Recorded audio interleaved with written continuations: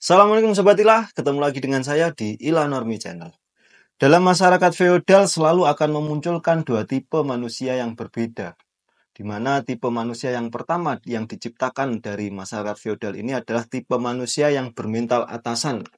Dan yang kedua adalah tipe manusia yang bermental bawahan.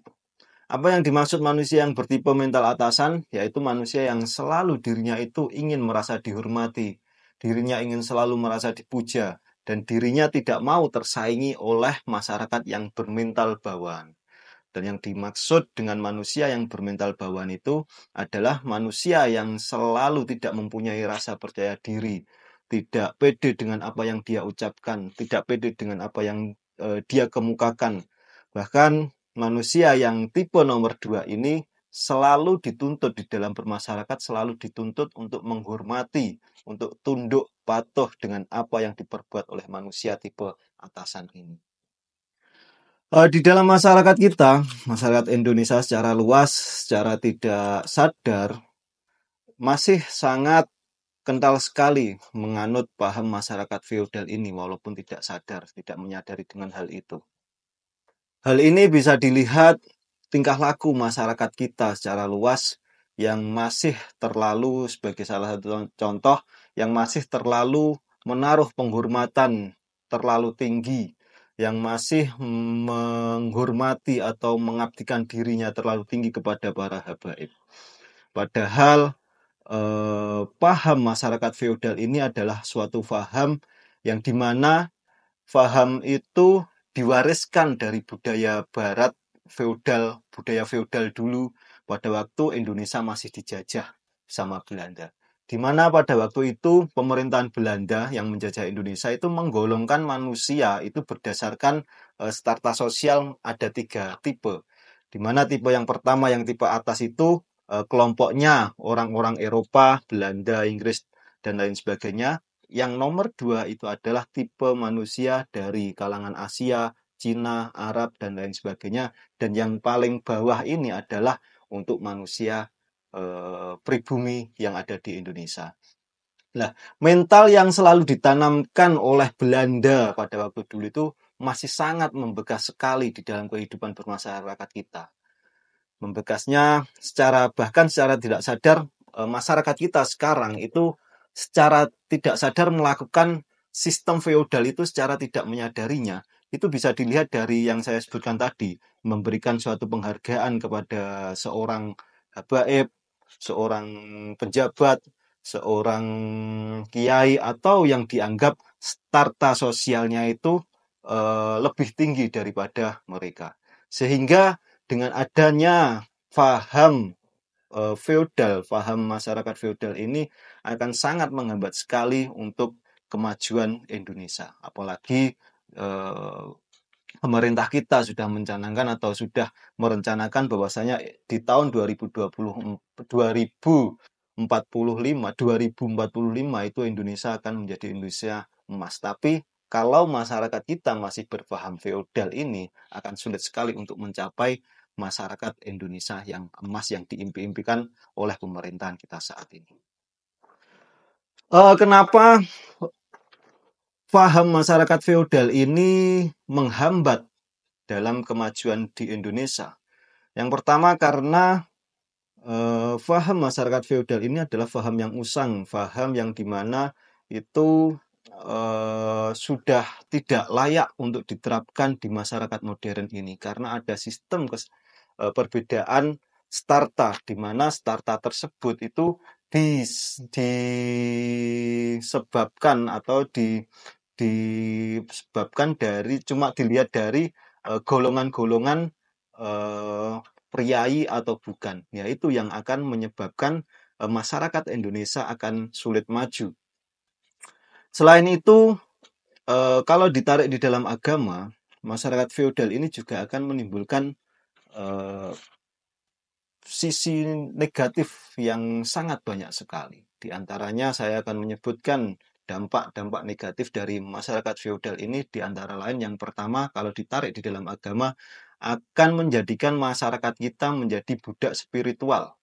Ya, tentu kenapa akan menjadi budak spiritual? Karena di dalam masyarakat feodal, masyarakat kelas 2 atau masyarakat bawah ini, mereka tidak berani mengemukakan pendapatnya atau menentang apa-apa yang selalu diucapkan, apa-apa yang selalu difatwakan oleh masyarakat kelas atas. Secara contoh, ketika ada seorang habaib yang berfatwa atau bercerita tentang kehebatan klannya yang secara literasi agama itu sangat tidak masuk akal, di mana agama itu sebetulnya agama yang literalis sekali. Kita berpegangan pada Al-Quran dan Sunnah. Tapi ketika yang mengucapkan cerita itu adalah seorang habaib, di mana habaib itu eh, dipandang oleh masyarakat yang nomor 2 ini kalangan yang tidak bisa diganggu gugat superioritasnya. Dari situ masyarakat kelas bawah ini akan mengikuti semua apa yang dikatakan habaib itu walaupun itu tidak masuk akalnya. Hal ini sudah sangat terlihat sekali ketika para habaib itu menceritakan cerita-cerita yang konyol di mana ada apa itu nenek moyangnya yang bisa menyurati malaikat mungkar dan nakir agar si yang dikubur itu tidak dapat siksa lah. Hal-hal semacam ini dipercaya begitu saja oleh masyarakat bawah yang berpaham feodal ini tanpa mempertanyakan kejelasan atau tanpa mengkonfirmasi kebenaran itu apakah bersumber dari Al-Quran atau As-Sunnah. Nah, hal yang semacam ini yang menjadikan masyarakat kita secara tidak sadar menjadi budak spiritual. Yang nomor 2, dampak dari negatifnya masyarakat feodal yaitu membuat masyarakat kelas bawah itu mudah tertipu. Jelas karena masyarakat kelas bawah ini tidak berani untuk menanyakan sesuatu yang bersumber dari masyarakat kelas atas, sehingga menjadikan manusia kelas atas itu sebagai sumber kebenaran tanpa di cross check kembali apa yang diucapkan itu benar atau salah.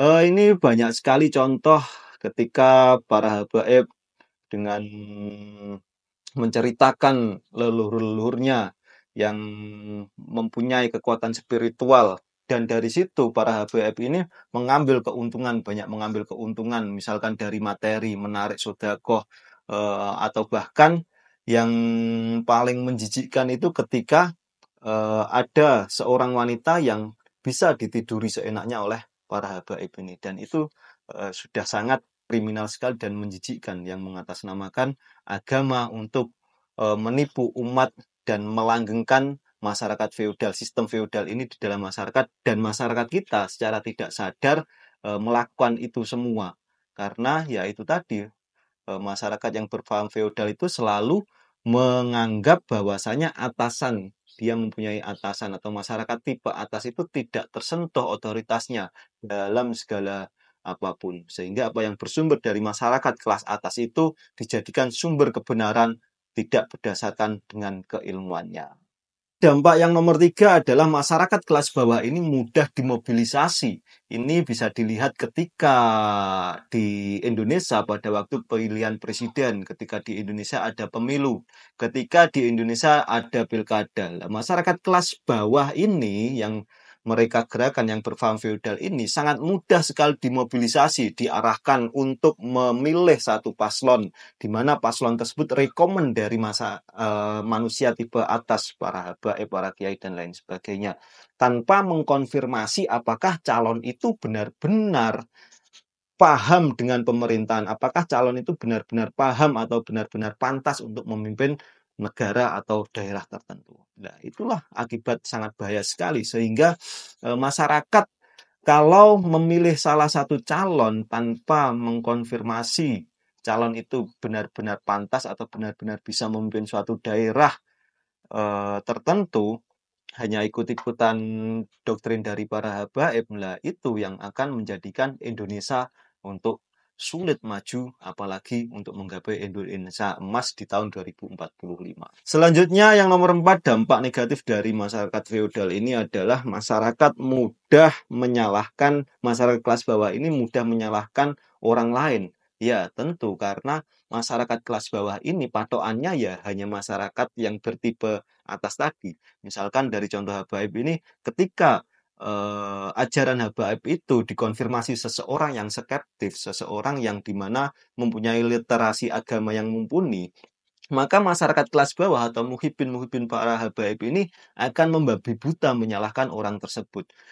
Tanpa mengkonfirmasi apakah yang diucapkan, seseorang yang mengkoreksi ucapan habaib itu benar atau salah. Hal ini bisa dilihat ketika ada salah satu kiai dari Nahdlatul Ulama, membatalkan kenasaban habaib. Lah, penyerangan dari muhibbin-muhibbin itu tanpa dasar dan tanpa ilmu, sehingga hanya, menyerang bahwasanya Kiai Imaduddin itu gagal nyalon, Kiai Imaduddin itu antek asing, liberal, dan lain sebagainya, tanpa berdasarkan ilmu yang mumpuni. Sehingga dengan adanya masyarakat feodal ini, mmm, masyarakat bawah yang percaya bahwa kebenaran itu bersumber dari manusia tipe atas tadi, sangat mudah sekali menyalahkan orang lain tanpa didasari dengan ilmu yang mumpuni. Jadi cuma, "Kamu salah kamu salah kamu salah kamu salah, kamu kafir, kamu bego, kamu," bla bla bla itu dan lain sebagainya. Itu yang sangat bahaya sekali, sehingga apa, akan menjadi perpecahan dan mudah sekali Indonesia, khususnya umat Islam di Indonesia akan dipecah belah. Dan yang terakhir dampak negatif dari, masyarakat feodal ini, masyarakat berpaham feodal ini adalah mudahnya sejarah dibolak-balikkan. Sehingga, kita tidak mengenali bahwasanya nenek moyang kita juga adalah suatu bangsa yang sangat sukses pada waktu dulu. Hal ini bisa dilihat ketika saya ambil contoh dari habaib lagi ketika para habaib itu mengklaim bahwasanya, klan mereka, klan Baklawi sangat sangat, mempunyai mempunyai, mempunyai apa istilahnya, mempunyai mempunyai sesuatu yang berharga di Indonesia ini, mempunyai sesuatu yang berjasa untuk kemerdekaan Indonesia ini. Misalkan ada salah satu habaib yang bercerita bahwasanya yang mengarang lagu Indonesia, yang menciptakan lambang Garuda, eee, yang yang membuat teks proklamator itu adalah dari kalangan mereka. Lah, hal-hal semacam ini, pembelokan sejarah ini yang bahaya sekali ketika ditanamkan kepada, orang-orang tipe yang nomor 2 ini, sehingga akan menutup dari sumber-sumber yang lainnya dan menganggap kebenaran itu hanya bersumber dari apa yang diceritakan para habaib itu. Dari mereka berpaham, menganggap bahwasanya kebenaran itu hanya bersumber dari habaib, lah tentu sejarah Indonesia akan belok di mana, perjuangan perjuangan pahlawan kita yang di mana Indonesia itu berdiri di atas semua golongan, berdiri di atas semua agama itu akan terbelokkan seolah-olah yang berjasa itu hanya dari klan mereka, klan Baklawi itu sendiri. Malah yang sangat mencengangkan sekali, itu sampai ada pemalsuan makam, di mana kemarin itu ada salah satu kasus, di Keraton Jogja, di salah satu, dzurriyyahnya Keraton Jogja itu diaku oleh sama Baklawi dan itu alhamdulillah sudah ditepis oleh, adik dalem para Keraton Jogja. Sehingga, dari sini ada kemungkinan kita sebagai masyarakat awam berpikir bahwasanya mereka ini, para habaib-habaib ini mempunyai misi tertentu untuk membelokkan sejarah kita Indonesia. Oke Sobat Ila, bagaimana kita menyikapi masyarakat yang ada di Indonesia ini? Tentu kita sebagai masyarakat awam harus lebih skeptis dengan apa-apa, yang dilontarkan mereka yang mengaku bahwasanya mereka itu dari kalangan kelas atas, manusia tipe atas. Dan kita harus menyadari bahwasanya masyarakat feodal ini sangat mengganggu sekali untuk kemajuan kita. Dan paham feodal ini sebetulnya sudah kita tinggalkan sejak lama sekali. Sehingga Indonesia merdeka itu ya meninggalkan dari paham feodal ini. Kenapa kita, eee, me melestarikan kembali tanpa tanpa kesadaran kita melestarikan, paham feodal itu kembali.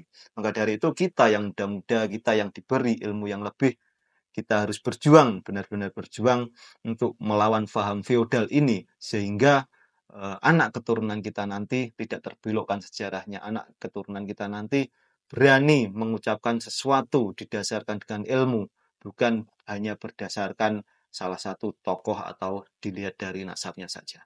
Demikian dari saya, kurang lebihnya mohon maaf. Assalamualaikum warahmatullahi wabarakatuh.